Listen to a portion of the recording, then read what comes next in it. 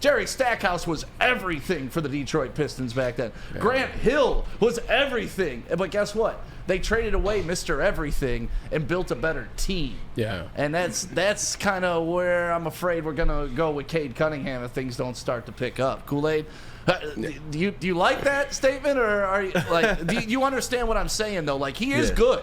Cade Cunningham is elite, but sometimes you just got to trade that elite guy to bring in some functional parts.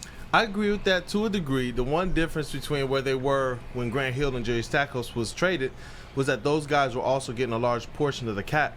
So there was nothing else that they could do to make any real improvements without getting rid of those guys, bringing in what you could out of that, as well as freeing up the cap space. So I believe if they spend the cap right, whether that's through acquisitions or whether that is through signing players straight up, I don't think they're quite to the point yet that they have to trade Cade. Now, as you're talking about this rookie extension that he's going to be eligible for this summer, and you look at the guys that have been like not as promising or don't have as big expectations in the past, like 3 or 4 years, those guys have gotten extensions.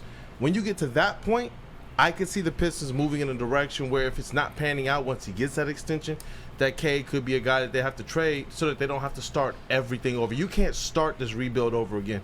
You can't. What was Joe Dumars' famous quote when he was building that team? There's no sacred cows on this team. Except for Rodney Stuckey.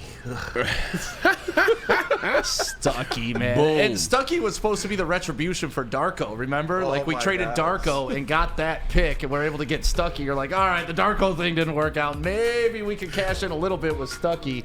And, no, Stuckey was not a great NBA player. But I agree with you more today than I probably did maybe, 4 or 5 months ago. Because we talk Pistons all the time. I probably do agree with that sentiment a little bit more than I used to.